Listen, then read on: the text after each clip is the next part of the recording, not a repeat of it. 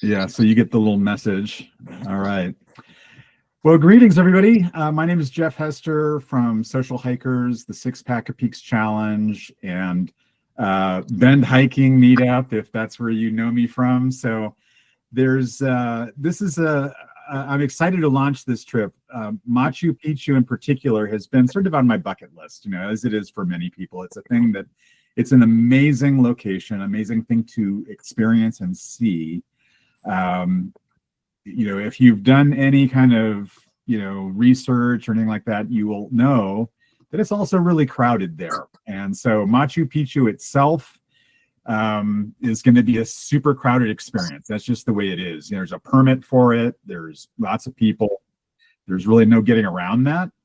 However, this particular trip that we're doing kind of provides the best of both worlds. So we're doing a really challenging hike on the Salkantay Trek, and combining that with visiting and exploring Machu Picchu. So I'll get into the details about that. Welcome, Rick. Welcome, Olivia. Thanks for joining. If you could leave a comment in the chat, just let me know where you're from. If you guys have any questions as I go through this, feel free to raise your hand. I'll try to address those as they come up. Or you can also just drop a message in the chat as well, and that works pretty good. All right, I am going to share my screen, and we'll get started. Let's see. And I've got more and more people coming in. All right, welcome. Let's see, I am presenting. Okay, showing my screen. All right. So my name is Jeff Hester from Social Hikers. This particular trip that we're launching tonight is in Peru on the Salkantay Trek with an exploration of Machu Picchu. And I'll go through all sort of the details about that, answer any questions you have. We'll talk about, what kind of condition you need to be in, how you might train for that, what we can expect along this adventure, and also what it's like. I have done 2 of these international adventure trips so far. We did one last year in March, a year ago in Patagonia, and that was an awesome trip. We had a great time, a great group of people, some amazing hiking, some amazing adventures. That was my first Via Ferrata, and just a really wonderful time. And we loved it so much. We said, we got to do more of these. And we did, in January of this year, we did a winter trip to Iceland. And we had a great group, again, great time exploring. We saw the Northern Lights on 2 nights in Iceland, which was one of the big goals that we were all hoping for. You have your fingers crossed that the weather will cooperate and everything else, and it did. And so we were really stoked about that. Our next group trip, the very next group trip that I'm doing is to Colorado, and I'm leaving next Monday. And I'm going to be doing the Colorado Six Pack of Peaks with 6 other people who are joining me from both Oregon and California. And we're all meeting. We're going to be camping and hiking 2 peaks in 2 days, have a rest day, 2 more peaks in 2 days, a rest day, and then the final 2 peaks for the 6 pack. And then we're done. So I'm really excited about that. Hopefully my legs cooperate. We have 4 14ers that we're doing on that trip. So that's our next trip.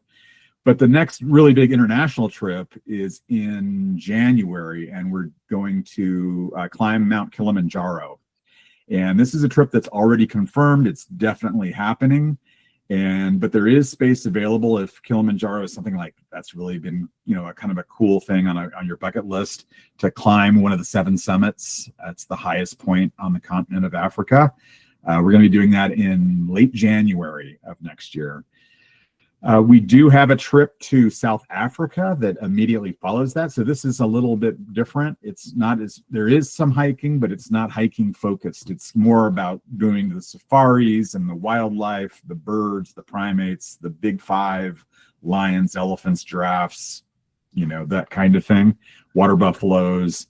We're going to have a chance to go on 3 safaris. We're going to go wine tasting. We're going to see South African penguins in their natural habitat. We're going to see just a lot of amazing things with great 4-star accommodation. So it's a little more of a luxe sort of a trip, a comfort trip in South Africa. That's not yet confirmed, so we're still looking for people to join us for that.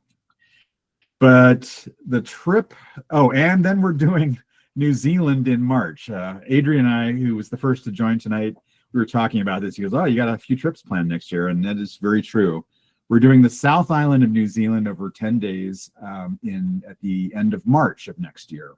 And that's going to be a really epic trip with a lot of active adventures, lots of hiking, lots of vertical game, cycling, kayaking, wine tasting in New Zealand, of course.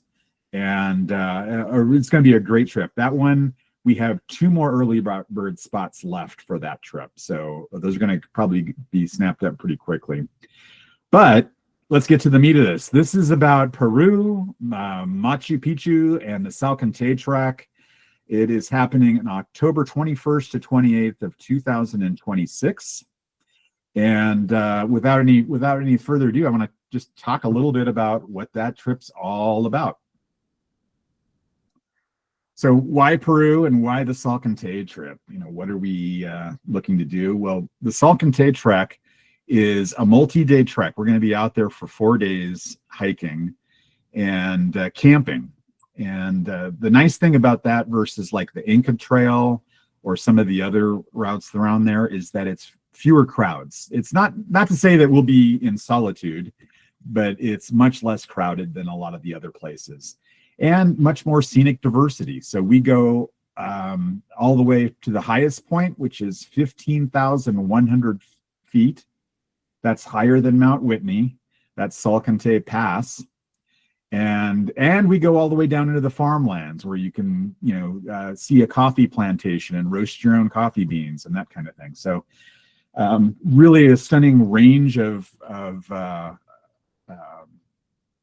scenic diversity. And of course, we finish off the day before the end at Machu Picchu. And, we've all seen the photos and what that amazing place looks like up in the mountains. And we're going to get a chance to explore that firsthand. I want to walk through a little bit about what the itinerary looks like. Peru is on the northwestern coast of South America, just below Ecuador and just above Chile. We are going to be basically traveling in and out of Cusco. And Cusco is at 11,151 feet. So it's a high elevation right off the gates. We're going to be up there. And because of that, and a lot of us are going to be coming from maybe sea level or close to it, we need a little chance to acclimate before we start our hikes. And so we're going to be there for the first couple days, in Cusco, just kind of, the first 2 nights we'll spend in Cusco. Day 1, we arrive, we all get together, we have a welcome dinner, we meet our local guide who's with us throughout the whole trip. We go over any safety rules and things we need to be concerned about and answer any last minute questions. And on day 2, we have a couple things that happen. We're going to do a hike in the Inca ruins near Cusco. And in the afternoon, a city walking tour in the old town of Cusco. So really the goal here is just to kind of stretch our legs, get our lungs used to breathing the thinner air at altitude, that elevation, 11,000 feet. I don't know about all of you, but for me, when I hit about 10,000 feet, I can really start to notice it and I slow down a little bit. My efficiency goes down. And so I think it's really important that we get a chance to acclimate for a couple days first. We're going to see places like, and I can't even really pronounce these correctly, but Sacsayhuaman and Coricancha, and the cultural heart of the Peruvian Andes.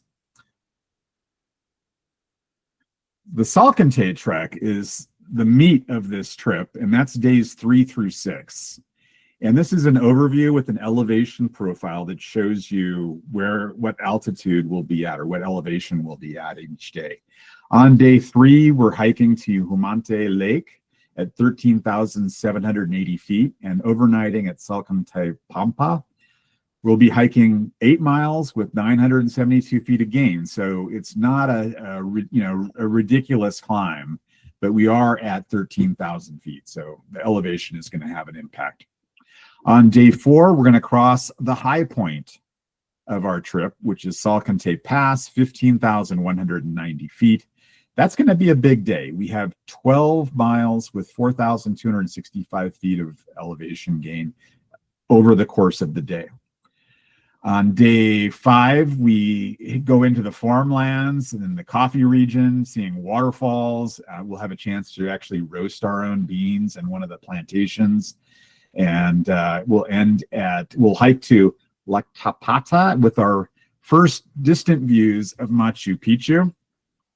11 miles, and that's day 6. So we're doing 11 miles, 360 feet gain to here, and down to Hydroelectrica. At Hydroelectrica, we actually hop on a train that is going to take us the remainder of the way to Agua Calientes, where we'll spend a night, and let's go there.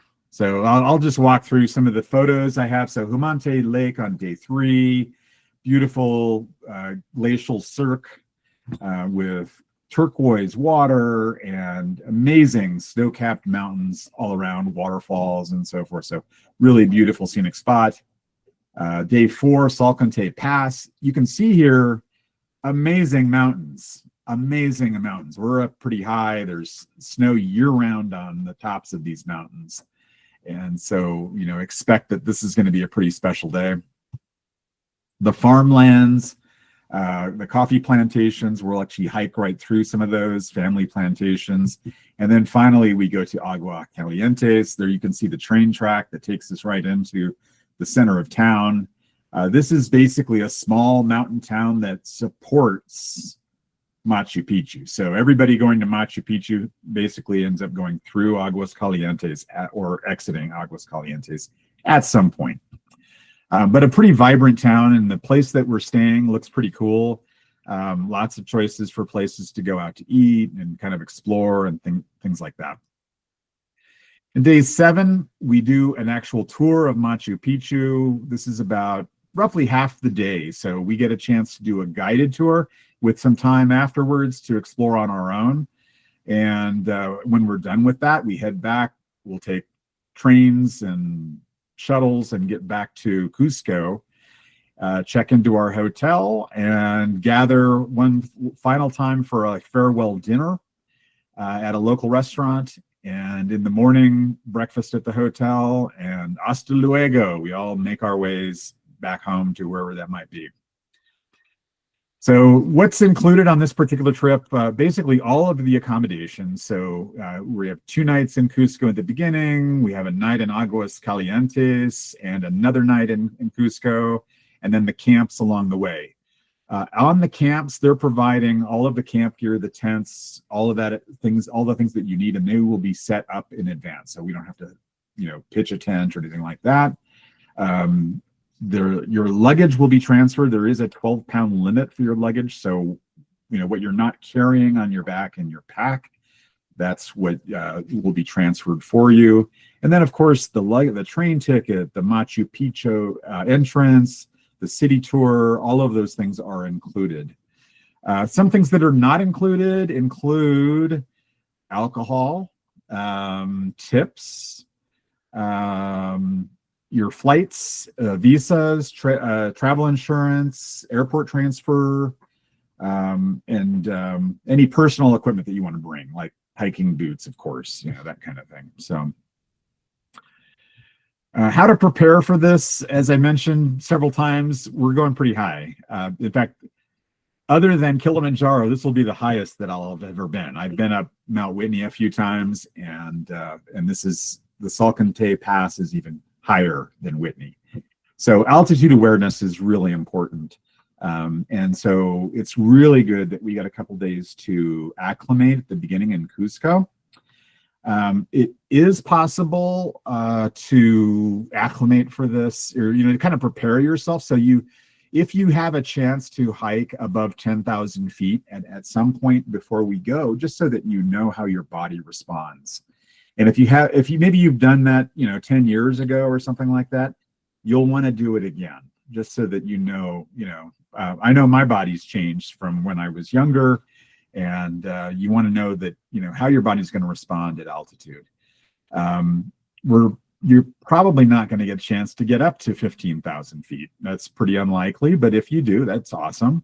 If you can do something like a 14er in Colorado or anywhere else, that would be also a great way to kind of just know what your body's going to do and what it feels like to be at that kind of elevation. The physical challenge, of course, is important. We do have some big mileage and double-digit mileage with a lot of vertical gain on a couple of those days. So be aware of that. The thing that I do personally is I will train to do the distance and the vertical gain. So I'll start with the distance, I'll add in the vertical gain, and make sure that I can cover that, without batting an eye, really. I mean, I want to make sure that there's no question that I can do it. I might be slow, but I can do it. I will go through and give you, everybody who signs up, we're going to be meeting on Google Meet a few times before the trip to just kind of go over the packing list and, all the things that you need to have, that you don't need to have. You may want to talk to your own physician to talk about maybe using Diamox or some other meds to kind of deal with the altitude. Some people recommend that. I know that I'm looking at that for my Kilimanjaro climb, which is 19,000 feet. And I'll know more in January after I go through that, but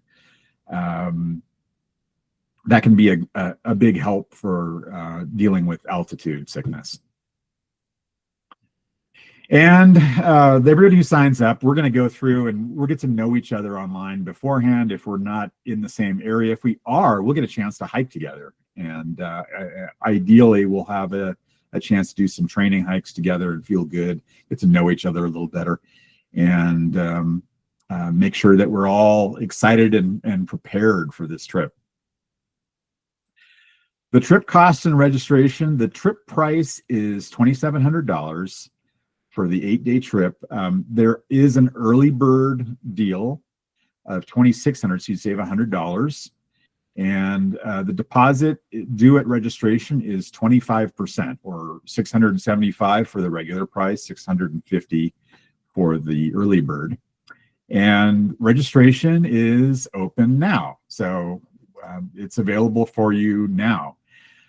Before I jump into questions and answers, I do want to go to, I want to share another window just to show you.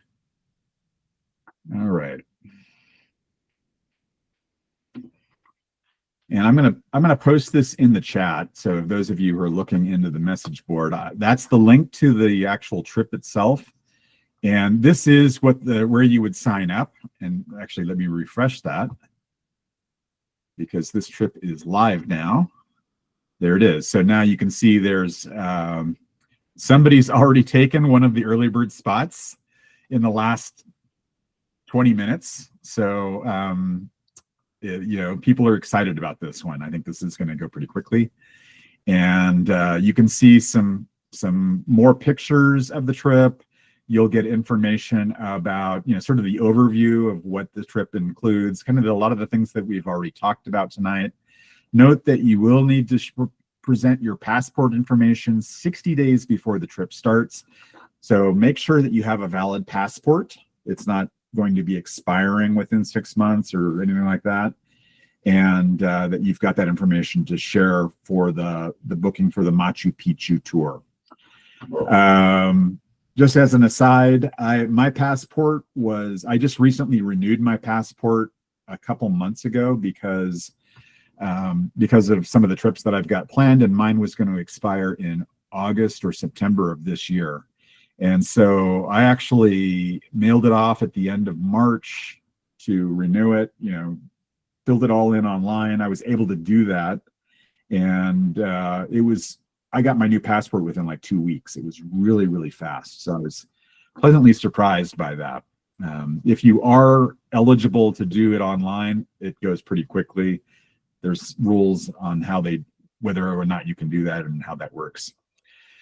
As I scroll down on the webpage, you'll see an overview, the size, the meals that are included, places. I am your host for the trip, which means I'm basically going to be the MC. I'm going to help, make sure that you are prepared, that you're having a great experience, and I'm going to be with you, hiking and enjoying this with you. So we're going to be traveling together and just having a great time, hopefully. So that's my goal, is to make sure that everybody has a great time and a lot of fun on this particular trip. You see sort of some of the activities that are included, all the inclusions and exclusions. I'm your host. And then the itinerary itself. So I talked about the itinerary at a very high level, and this gives you sort of an introduction to that. If you click on see more days, it will expand that and show you all 8 days and what's going on each day. And so if we look on here on day 5, for example, you can see breakfast is included. It's served in the main tent of camp. So there's going to be like a dining hall tent, and there's going to be, the ingredients are defined by the chefs on the ground based on local ingredients that are available, what's in season, that sort of thing. Typically includes things like pancakes, bread, jam, fresh fruit, hot drinks, coffee, and so forth. It talks a little bit more about what we're going to be doing that day on a high level. And then, oh gosh, we're doing 10 miles with almost 3,000 feet of gain. This is going to be a challenging trip. So this is not if you look at the activity level, you can see they have their trips marked, ranked 1 through 5. This is activity level 5. So it's more challenging. You can read more details of it by clicking the link on there. Insurance, which is not included, is required. So trip insurance, and they'll give you some recommendations. I believe on the past trips I've used World Nomads, and it's worked out pretty well. I haven't had any claims or anything like that, but thankfully. But that's worked out well. And you can go through the day by day, see all of the parts of the itinerary. Once you go through that, you can see the cancellation policy. So while your spot is pending and until the trip is confirmed, everybody is pending, at that point. Once we've filled the minimum requirement, I think we have 8 spots. Then the trip is confirmed and the spots are confirmed for that. It is 100% refundable up until that point. Once your spot is confirmed, but there are still over 91 days or more before the trip, you get, there is a $100 cancellation fee. So any payment that you've made beyond the 25% down payment is refunded to your original form of payment. The 25% deposit minus $100 cancellation fee, you don't lose that, but you get a trip credit. So you can apply that to a different trip. And it doesn't have to be with me or with Social Hikers. It can be with somebody else on Trova Trip if you wanted to do, let's say you really want to do Machu Picchu, but it didn't work out this time. You could find somebody else who's doing the same exact itinerary, more or less, and book with them. Obviously, there is a point when it becomes non-refundable, so you want to try to keep that in mind, and that's where trip insurance can be very valuable. So if there's a medical emergency that comes up or something like that, trip insurance can help you get reimbursement for some of that. As far as frequently asked questions, they have a lot of that information available. So it'll talk a little bit about like what's included and will I have free time and all of this sort of thing. So you'll see, most of those questions you just click on and it'll expand and it'll talk a little bit more about what that is. So here we go. Level 5 is this particular trip. So challenging hikes is kind of what we're talking about. All right. So, and then I think that is it for the website. So basically what you would do if you are interested in doing this, and if you have somebody, a friend or a family member that you'd like to travel with, you can book for them as well. So you can say how many spots you want, and you can just click request a spot. It'll start asking you questions about your information, your email address, and so forth, and walk you through the process. One other thing I'll mention is that there is an option to do monthly payments via Affirm. And so if that's something that you're interested in, that is available there. I haven't done that. I don't know of anyone who's done that yet, but it is something that's available. And as far as the payments themselves go, so a 25% deposit reserves your spot. The remaining balance can be paid however you like. You can make, monthly payments. You can do a one bulk payment, but the balance is due 90 days prior to the trip. So if we back that up from October 21st, that would be September, August. So July 21st of 2026 is when the balance would be due. All right. With that, I'm going to go and see if there are any questions. Anybody have any questions? I don't see any hands up. All right, Greg, go for it. I was writing something down when you talked about the end. When you were doing the itinerary, you talked about the end. So we land at Machu Picchu, and then what? We land in Cusco. So we're flying in and out of Cusco. After we've gotten to Machu Picchu, then so we're going to what we'll be doing is we're going to hike the Salkantay Trek. Right. We get to Hidroelectrica and take the train to Aguascalientes. Aguascalientes is the town that serves anybody visiting Machu Picchu.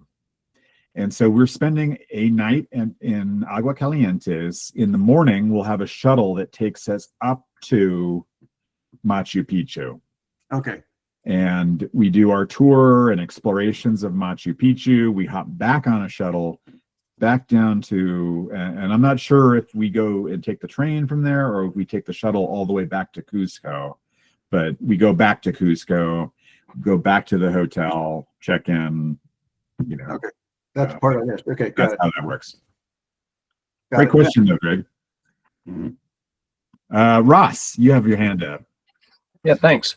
You talked a little about the training. I was just curious if, like, sea level training translates to high altitude fitness in terms of, your endurance and all.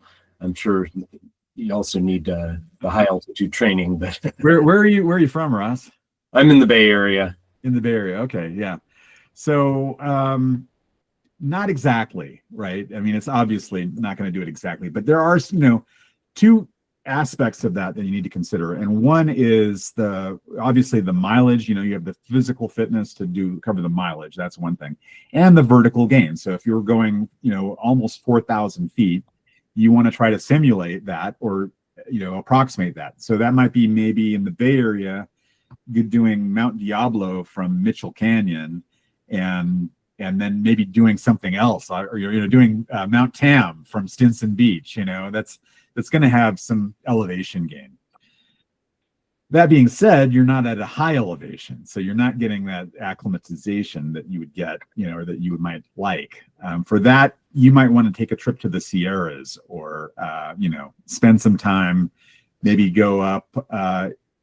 It can be tough to get like permits for like Half Dome or something like that, but do Clouds Rest or something like that, so that you're up at a higher elevation. Now, still, we're not going to be anywhere near 15,000 feet, but at least you'll have some sense. If you can get up above, close to or above 10,000 feet or even a little bit higher, that's awesome. So that's my recommendation.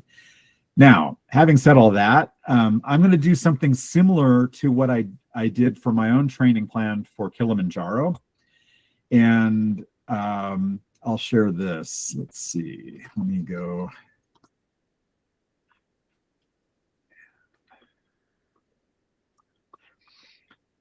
There is a tool that you can use that will calculate the effort that you expend. So, okay, so this is my my training plan for Kilimanjaro, and I kind of went through and I looked at this, and I looked at the itinerary and the mileage and the elevation gain. And I think one of the things that was kind of interesting to me about Kilimanjaro is that if you look here, there's only one day, and that's our summit day, when we have, even that day, we don't go over we don't go to double-digit miles any day of this trip on Kilimanjaro. We're all in single-digit mileage. The biggest is almost just under 10 miles. However, we're gaining 4,000 vertical feet, and we're topping out at the top of Kilimanjaro. So it's 19,000. I don't have it memorized. 19,341 feet. So that's going to be a consideration. So there is this idea called energy miles, and one energy mile is the energy in simple terms, it's the energy required to walk 1 mile on flat, level terrain. We're not considering the altitude at this point. And so what I did is I put this into this calculator. I don't know if I have it linked here, but you can Google this, and it will calculate, okay, here's the mileage, here's the elevation gain. So even though I'm only doing 7 miles of hiking, the energy miles is almost 15 because of the elevation gain. And so that's one way to look at this. And I'll do the same thing for the Salkantay Trek, is just look at what calculating, we know the mileage, we know our elevation gain. What is the approximate energy miles that we'll be expending on that day? Now, that still doesn't get across the total, the altitude of it, but that is something that really the best thing to do is to spend a little bit of time at altitude and to know what that's going to be like, what it's going to feel like. And I think in California, there's lots of options.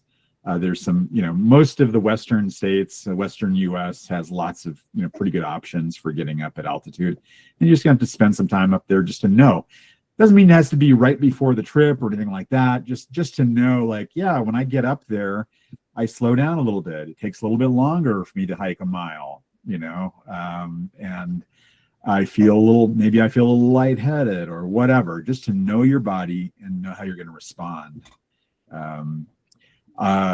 Obviously, this is something that you'll probably also want to talk to your personal physician about and just say, hey, do I have the right, does my blood work look good? Am I healthy enough to do something like this? Are there things that I need to look at for the altitude sickness, like Diamox? Can you make some recommendations on that? And, just get some practical advice from a physician. Does that answer your question? That was a lot of rambling, but. Yeah, I think it does. Thanks. Okay. And we'll go into, once we've got our group together, our team, we'll meet online, Google Meet, or we'll meet in person if I can. My mom lives in the Bay Area, so I'm down there pretty regularly. I have a lot of ties to Southern California still, so I'm down there pretty regularly. And of course, I'm in Central Oregon, so a lot of we've already got a couple people here who are in Oregon, so it's super easy to get together. Other questions? Anybody else? Kathleen? Yeah. One simple one, I think, and then a more complicated one. Can you clarify the maximum number of people that will be on the trip? Is it 8 or does it go higher than that? It does go higher than that. Let me look. So they say up to 23. Wow. Okay. Yeah, so we can have, we have room for a lot of people. I don't know that we want that many, so we'll probably look at, capping it before then, just for, some sanity, it's not a crazy number of people. Okay, great. And then my second question is, do you or is the organization that we're working with provide any kind of a risk assessment and contingency plan? Clearly, altitude is an issue, and but what if you're out there somewhere and someone is suffering from serious altitude sickness? I've heard sometimes they're put on mules and dragged out. slung over the mules actually, or what other hazards there might be. Are there river crossings? Are there other issues that would be helpful for someone making a decision about this? Yes, those are great questions, Kathleen. I can tell you this. It's obviously it's not without risk. There are things that can happen that, may be unforeseeable. Like somebody has, comes down with altitude sickness. They've been at that altitude before, but on this particular trip, for whatever reason, there's an issue. And that's where the local guides become really critical. And that's one thing that I've really liked about working with TrovaTrip. That's the organization that I've used for the trips to Patagonia and Iceland. And the local guides that we have been fantastic. So really well prepared, well versed, able to, do what needs to be done to make sure that we have a safe and, successful experience as much as possible. Now, you asked about things like river crossings and things like that. I don't have that particular level of detail on this trip. I will find out though. So, I'm going to write down that question and see what I can find out about that. Is there anything risky as far as that goes? Generally speaking, TrovaTrip does not put together itineraries that are not that introduce too much risk. Obviously you can't plan out every possible thing that can go wrong, but they work to make sure that the experience is safe. And I'll give an example. On the Patagonia trip we took to El Chalten in Argentina, one of the optional excursions that they used to offer was a whitewater rafting excursion. And they dropped that, they replaced that with the Via Ferrata. And the reason for that was because on their site analysis, one of their site review trips, they determined that this is, it didn't meet their safety requirements. Mm-hmm. And so they made a change on that. So that's sort of the thing that, they're always looking at and making sure and looking for feedback, because they're doing multiple, they have different groups that are going down there at different times. And so they're getting lots of continuous feedback on these trips. Great. Thank you. One of the things that you can do on this is, I think, I'll look for this link exactly, but I believe there's a place where you can look for reviews of this particular itinerary. There is another itinerary that they do in Peru that is not well reviewed, mainly because they try to see everything. They're trying to see Rainbow Mountain and they're trying to see this and that and the other thing. And so what's happened on that particular itinerary, you spend a lot of time in a shuttle being driven for hours, from one place to the next. And that was the feedback I saw when I was looking through the reviews, is that did not sit well with people who are really looking for something a little more active. And this one, however, is highly rated. And so you can go back and look at some of those reviews, and I'll find that link and send it out. Great. Denise. Oh, and I'll come back to you again, Kathleen. Go ahead, Denise. Oh, hang on a second. Let me unmute you. You're muted right now, Denise. Can you unmute yourself? Okay, there you go. Sorry. Yeah.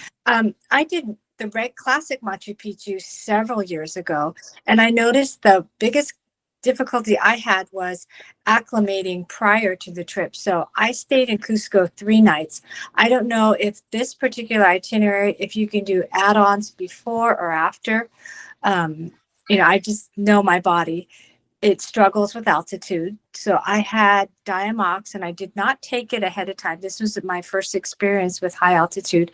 But does this outfitter let you come earlier and stay in Cusco longer, or are we limited? Yeah. So by default, you will have the option when you sign up. It'll ask you, do you want an extra day on the beginning and an extra day at the end? And so you have that option. So that would give you 3 days in Cusco. If you wanted to go beyond that, you could probably you could probably do that, but it wouldn't be booked through this. It wouldn't be booked through Trova Trip. Okay, so that's what I was wondering. I would be doing my own add-on. Okay. Yeah, yeah, And then in terms, I know when I went, our group was, I think we were put in subgroups because it was a maximum of 8 people with our one guide, yeah. and it worked out pretty well. There was one woman, she needed oxygen, and the guide was very helpful with that. And then in terms of the abilities, I don't know if this outfitter tries to vet people and say, you know, it's because we had an issue where one person was very slow. People were waiting and up at the top of the summits for 2 hours and got a little bit almost hypothermia. Yeah. So that, I don't know how well they gauge people's fitness level so that some people are not freezing to death at the top. Yeah.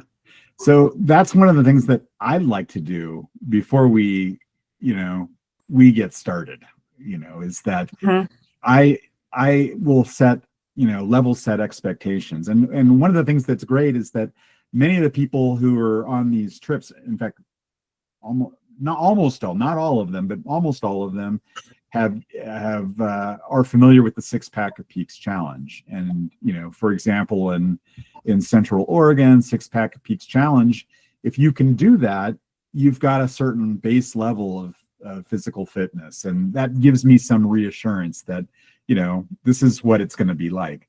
And if we get a chance to hike together, I get to know you even more. And if there are any concerns along the way, like, oh gosh, this person's really struggling, I'll work with them just to make sure, like, what's your training program look like? What do we need to do? Is this something that can be corrected, or is this maybe outside of what you really ought to be doing? And that's, again, where you would probably want to talk to your physician before you sign up. If you have any doubts, I would talk to your physician beforehand. But yeah, I'm looking to that, we will have people who are fast and we will have people who are slower. That's natural. But I don't want anyone waiting 2 hours at the top of Salkantay Pass at 15,000 feet and getting hypothermia.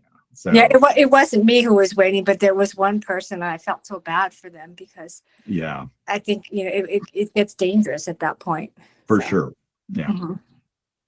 All right, Kathleen, you had another question, a more difficult question? No? We can't hear you. Okay. You're on mute.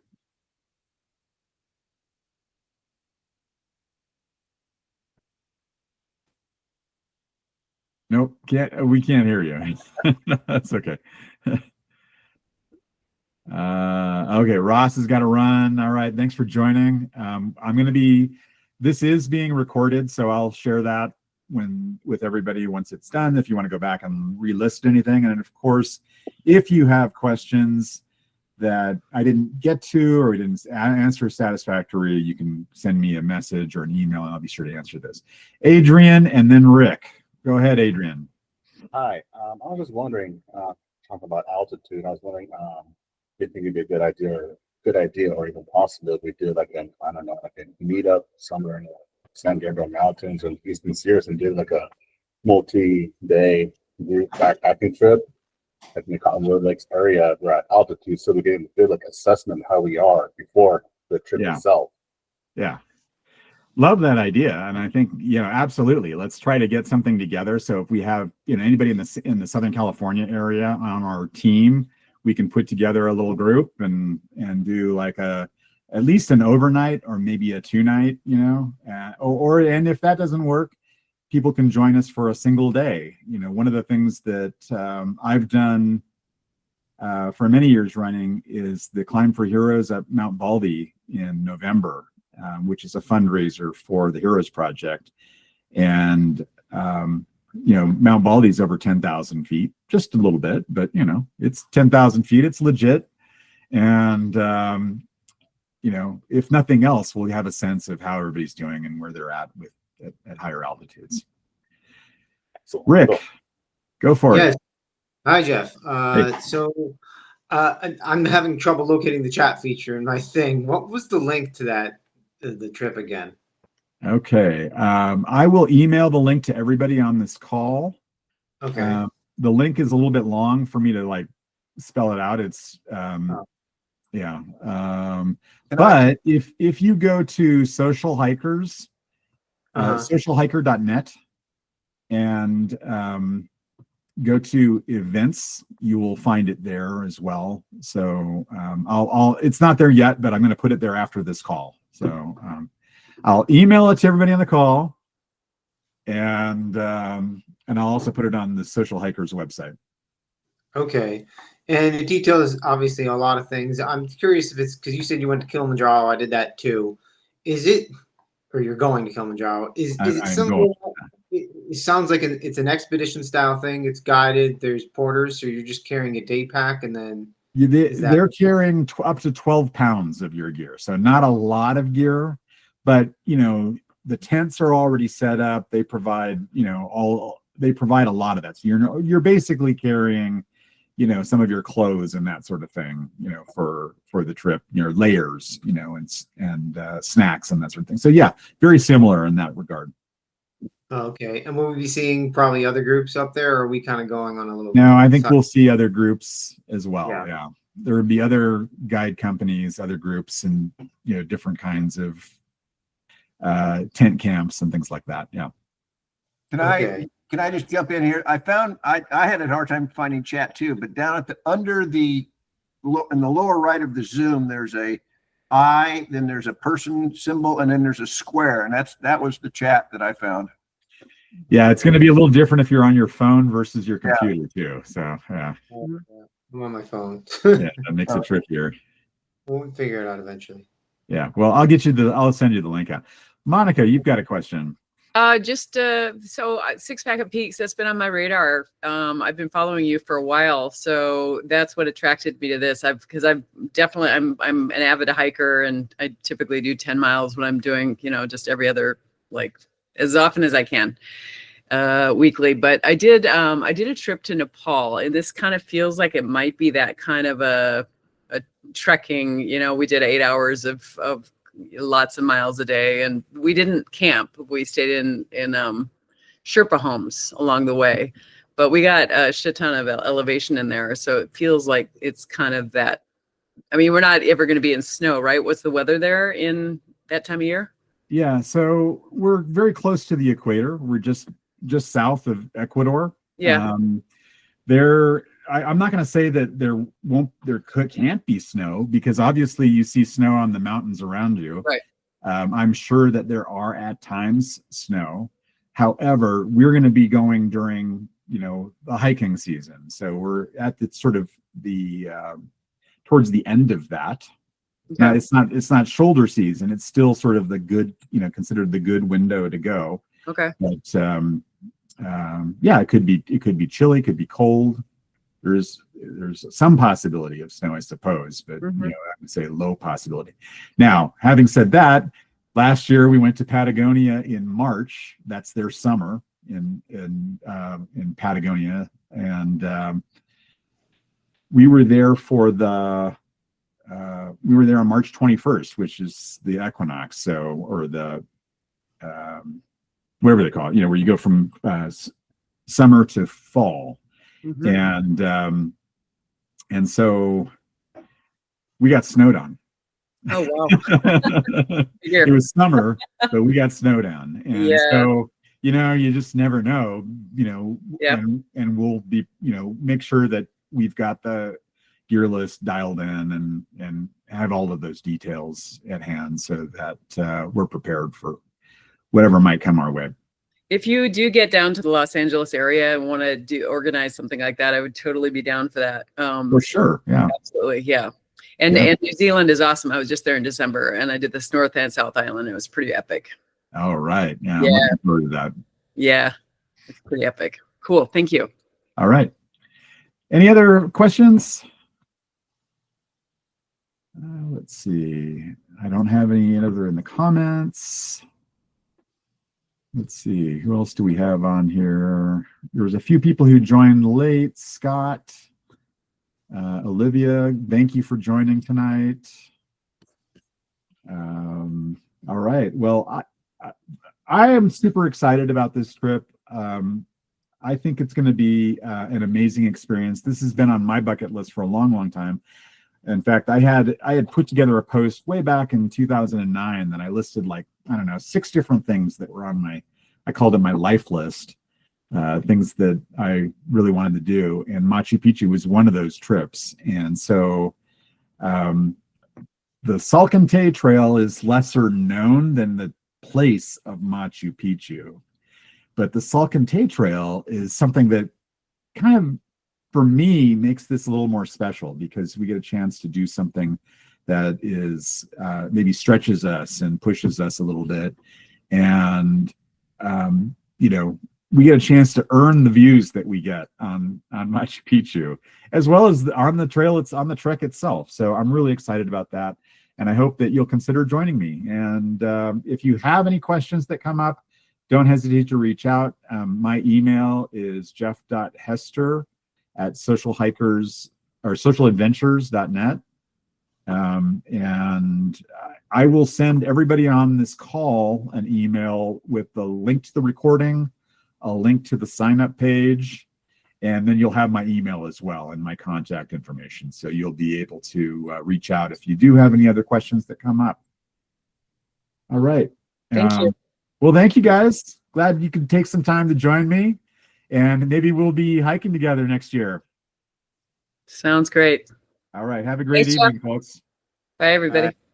Bye now.